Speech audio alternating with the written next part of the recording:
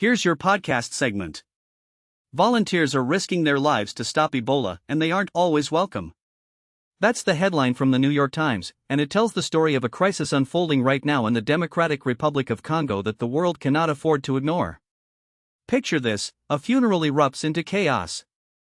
Mourners are throwing punches and stones, shattering car windows, chasing down the very people who came to help. One of those people is Ramazani Bokwandela, a 61-year-old man who, just weeks before, was selling bottles of gasoline for $1 apiece from a roadside stall. Now he's diving into the bushes to save his life. He finds a snail, uses its shell as a makeshift razor, cuts the sleeves off his Red Cross tunic to strip away the emblem, grabs a clump of plants to disguise himself as a farmer, and slips away from the violence. 4 of his colleagues weren't so lucky. They ended up hospitalized with serious injuries.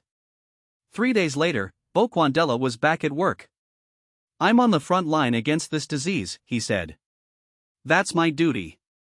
This is the human reality behind Congo's Ebola outbreak, now more than a month in, and frightening enough that some experts fear it could become the worst Ebola outbreak the world has ever seen. More than 1,200 cases have been confirmed. Over 300 people are dead. And no one actually knows the true scale of it, or how far it's spread. International aid is starting to flow in: protective gear, disease specialists, supplies that were critically short in those first chaotic weeks.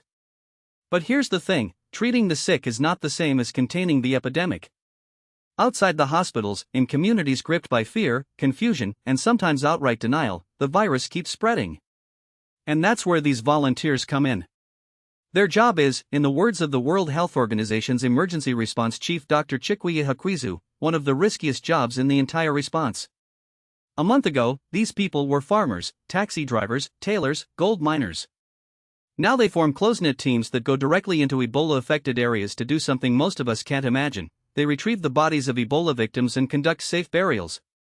Why does that matter so much? Because in Congo, as in many places, people honor the dead by touching or kissing their bodies.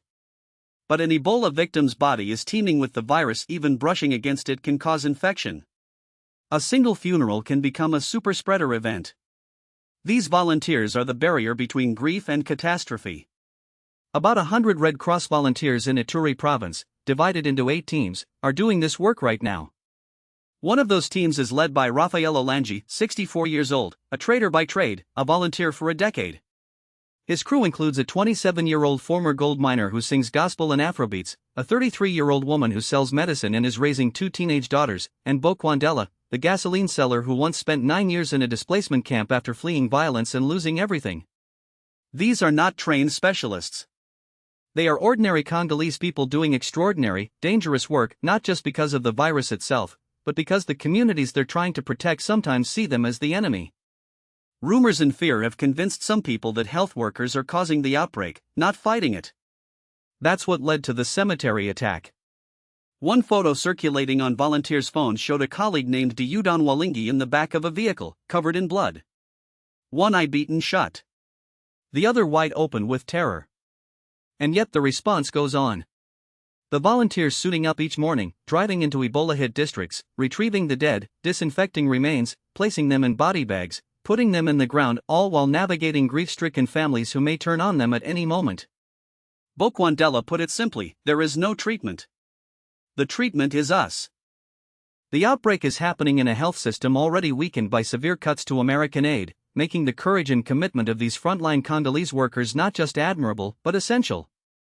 This is the story of what it actually looks like to fight Ebola on the ground, and the unsung volunteers holding the line. That's your segment. It runs approximately 4 minutes at a natural speaking pace. Let me know if you'd like any adjustments to tone, length, or pacing.